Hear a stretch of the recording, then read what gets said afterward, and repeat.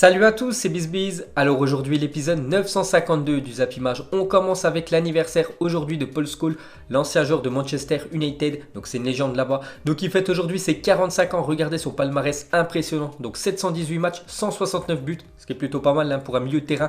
11 fois il a gagné la première ligue avec Manchester United, 2 fois la Ligue des Champions. Donc bon anniversaire à Paul Scholes.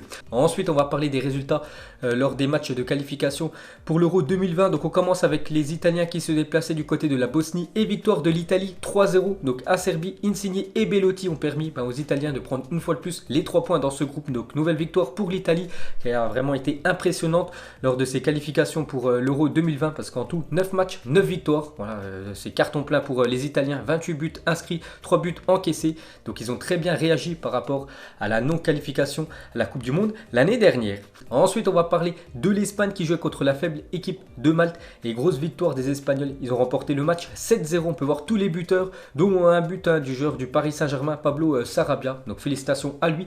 Donc on revient sur le premier buteur de cette avalanche de buts hier soir du côté de l'Espagne, c'est Alvaro Morata. Et lors de ses 7 derniers matchs, toutes compétitions confondues, à chaque fois il a inscrit un but. Et pour finir avec la sélection espagnole, donc après avoir été absent 636 jours, avoir subi 10 opérations et frôlé l'amputation, Cazorla a été rappelé en sélection espagnole en mai dernier. Et hier soir, il a marqué 4 ans après son dernier but avec l'Aurora. Respect pour Santi Cazorla, ancien joueur de l'équipe de Arsenal. Ensuite, cette fois-ci, jetez un coup d'œil à tous les autres résultats de cette soirée de qualification. On peut voir que la Suède s'est imposée 2-0 du côté de la Roumanie. Donc la Suède termine deuxième de son groupe derrière l'Espagne. Donc les deux sont qualifiés pour cette compétition. On peut voir la Finlande qui s'est imposée 3-0 contre le Liechtenstein. Et pourquoi je parle de ce match parce que la Finlande, c'est la première fois de leur histoire qu'ils se qualifient pour une grande compétition. Donc ils accompagnent l'Italie qui termine en première position. Donc la Finlande deuxième. Donc la Finlande quand même a participé à 14 campagnes de qualification et c'est la première fois qu'ils se qualifient. Donc félicitations à l'équipe de Puki. Ensuite, regardez pour l'instant les 12 nations qualifiées pour l'Euro 2020. Donc Belgique, Italie, Pologne, Russie, Espagne, Ukraine, Turquie, France, Angleterre, la République tchèque, la Suède et la Finlande. Donc il reste encore 12 places. Donc aujourd'hui les gars, il y a encore quelques matchs. Regardez le programme de la journée. Donc il y a Russie, Belgique. Donc les deux équipes sont déjà qualifiées. Donc la Belgique a tout gagné.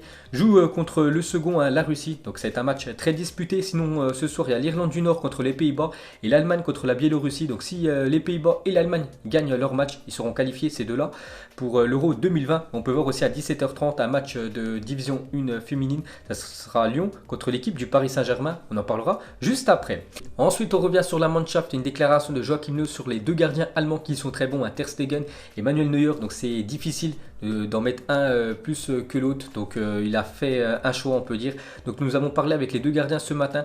Neuer commencera ce soir contre la Biélorussie et Ter Stegen sera mardi dans les buts contre l'Irlande du Nord. Donc chacun aura un match cette semaine.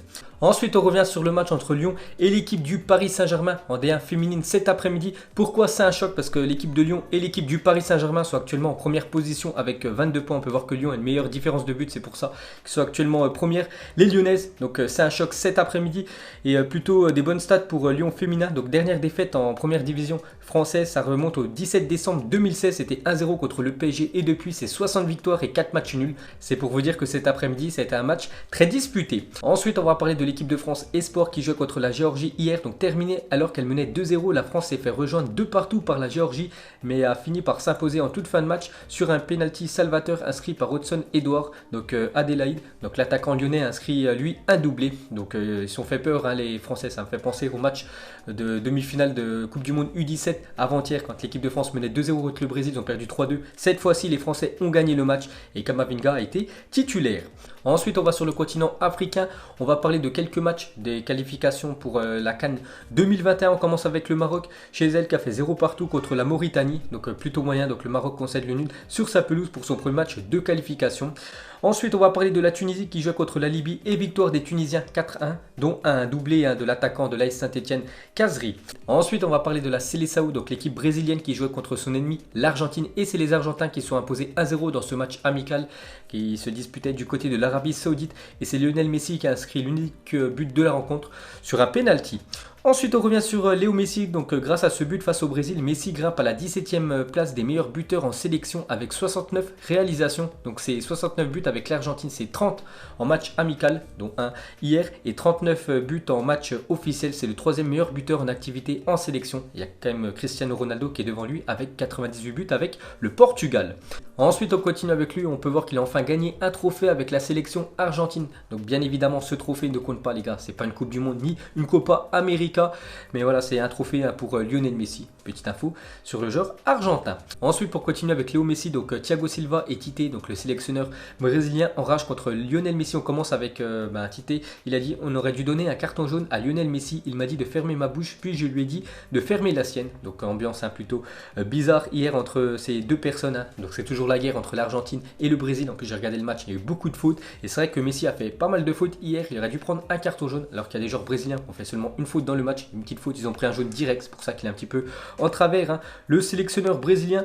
Et cette fois-ci, c'est une déclaration de Thiago Silva, défenseur du Paris Saint-Germain, sur Messi. Donc, Messi tente de forcer l'arbitre à lui donner des situations de coups francs dangereuses. Nous sommes pris en otage. Les arbitres doivent arrêter avec ça. Ils ne peuvent pas le laisser contrôler les matchs. C'est vrai que Lionel Messi, déjà hier, il obtient un penalty. Il n'y avait même pas faute sur lui. C'est Alexandro qui le touche un peu. Il tombe tout seul, le buteur du Barça. Et voilà, c'est grâce à ça que l'Argentine a gagné son match hier. Et c'est vrai que Messi a beaucoup d'influence. Voilà, c'est l'un des meilleurs joueurs de l'histoire du football. Et l'arbitre hier s'est un peu fait influencer par le joueur argentin.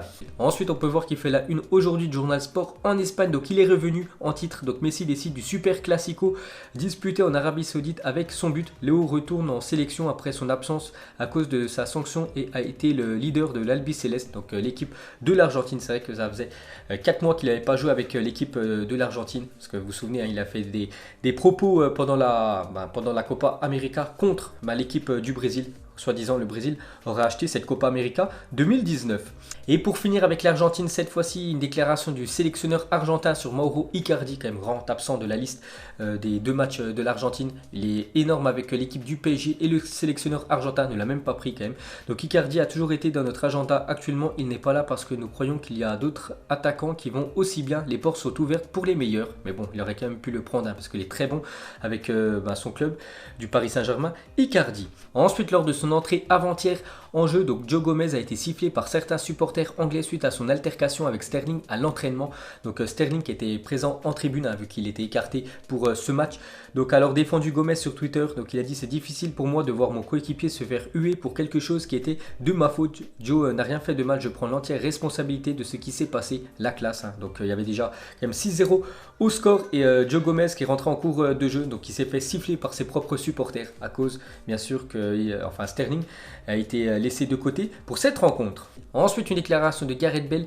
Donc il a dit: avec le Pays de Galles, je parle ma langue natale et je me sens plus à l'aise. Je joue avec la plupart des joueurs, en particulier les plus âgés depuis la catégorie des moins de 17 ans. C'est comme jouer avec ses amis au parc le dimanche. Donc en gros, il dit qu'avec ses coéquipiers du Real Madrid, il n'est pas à l'aise. Et avec ses potes du côté du Pays de Galles, donc tout va bien. Donc une petite info sur Gareth Bale.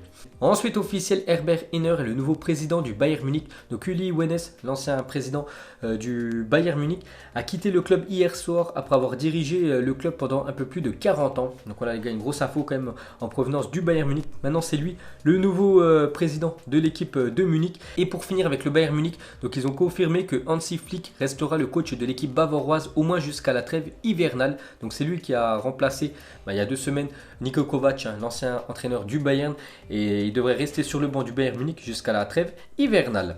Ensuite, des nouvelles de Hugo Lloris, actuellement blessé. Il devrait retrouver les terrains début de l'année 2020. Donc il a dit: tout va bien, il y a toujours des aléas, mais l'objectif est d'être présent pour janvier, début, milieu ou fin, je ne sais pas. Je n'ai jamais été absent des terrains aussi longuement, c'est quelque chose de nouveau, mais je le prends positivement. Donc voilà ce qu'a dit Hugo Lloris. Donc actuellement, il est en rétablissement, donc tout va bien pour lui, donc en espérant qu'il revienne très vite, le gardien français. Ensuite, d'après le journal The Mirror, le Borussia Dortmund est attentif à la situation d'Olivier Giroud. Donc Chelsea est disposé à le laisser sortir contre une offre de 7 millions d'euros. On avait dit hier que Chelsea avait fixé Giroud à 7 millions d'euros. On peut voir que l'Inter Milan est intéressé et aussi l'équipe allemande du Borussia Dortmund. Ensuite, pour continuer avec l'équipe allemande, donc Jadon Sancho veut quitter le Borussia Dortmund au plus tard l'été prochain. Donc le Borussia Dortmund a fixé son prix à 140 millions d'euros. Ça me fait penser à Ousmane Dembélé qui avait été acheté pas cher du tout. Et 2 années plus tard, il avait percé avec l'équipe de Dortmund, il avait été vendu très cher avec l'équipe du Barça. Et c'est la même chose avec Jadon Sancho qui a été acheté pas cher du tout à l'équipe de Manchester City. On peut voir qu'il pourrait partir l'été prochain pour plus de 140 millions d'euros. Ce serait le jackpot pour l'équipe allemande. Ensuite, cette fois-ci, on va parler du Paris Saint-Germain qui aurait fixé le prix de Kylian Mbappé à 400 millions d'euros. Donc actuellement, c'est lui qui vaut le plus d'argent sur le marché des transferts. Déjà, il est très jeune, il a marqué beaucoup de buts. Il a quand même une Coupe du Monde dans son palmarès, Kylian Mbappé. C'est pour ça qu'il vaut autant d'argent. Donc ça m'étonnerait quand même qu'il quitte le PSG parce que 400 millions d'euros, je vois aucun club de la planète mettre autant d'argent sur un joueur. Ensuite, une déclaration de Timo Werner sur Lewandowski. Il a dit ce qu'il réalise en ce moment n'est comparable qu'à ce que font un ou deux joueurs dans le monde. Et c'est la catégorie dans laquelle Cristiano Ronaldo et Lionel Messi sont installés. Donc pour l'attaquant allemand Timo Werner, donc Lewandowski au même niveau que Lionel Messi et Cristiano Ronaldo. Ensuite, la Juventus travaille en interne à une offensive pour signer Gianluigi Donnarumma cet été. Le gardien italien est en fin de contrat dans 19 mois. Dans le même temps, la Juve doit travailler pour renouveler le contrat de Swansea qui se termine en 2021. Donc voilà, ce serait surtout pour l'avenir parce qu'il est très jeune ce gardien italien, je crois. Il a seulement 19 ans. Il est très bon. Il a déjà fait plus de 100 matchs quand même en Serie A avec son équipe du Milan AC. On peut voir que la Juventus est sur le coup. Ensuite, on revient sur le match du Portugal avant-hier. Donc je vous avais parlé que ce fan du Portugal est surtout fan, je pense, de Cristiano Ronaldo. Donc il était rentré sur la pelouse pour prendre un selfie en pleine rencontre avec la star portugaise. Donc j'ai trouvé sur les réseaux sociaux la photo, donc là, le selfie de Cristiano Ronaldo et un fan. Ensuite, l'Atlético serait prêt à offrir 40 millions d'euros au Barça pour s'attacher les services de Rakitic, révèle Movistar Football, donc un site espagnol. Donc Rakitic, ce serait une bonne porte de sortie de quitter l'équipe du Barça parce qu'actuellement, il fait banquette. Rakitic a beaucoup de milieux, des jeunes milieux, qui ont pris la place du milieu croate. Donc on peut voir qu'il pourrait rester en Espagne du côté de l'Atlético Madrid. Ensuite, voici la dernière équipe française à avoir été en finale de la Ligue des Champions. Donc ça a fait quand même pas mal d'années, c'était il y a 15 ans.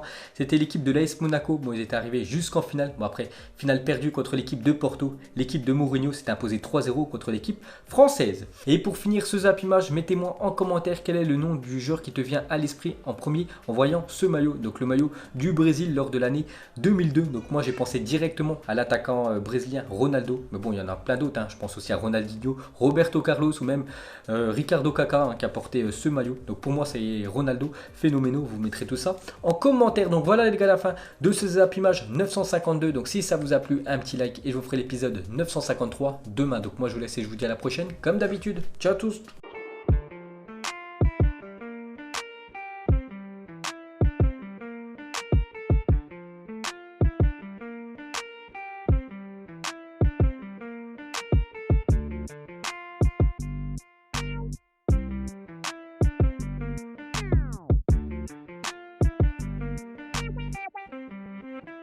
Non-committal.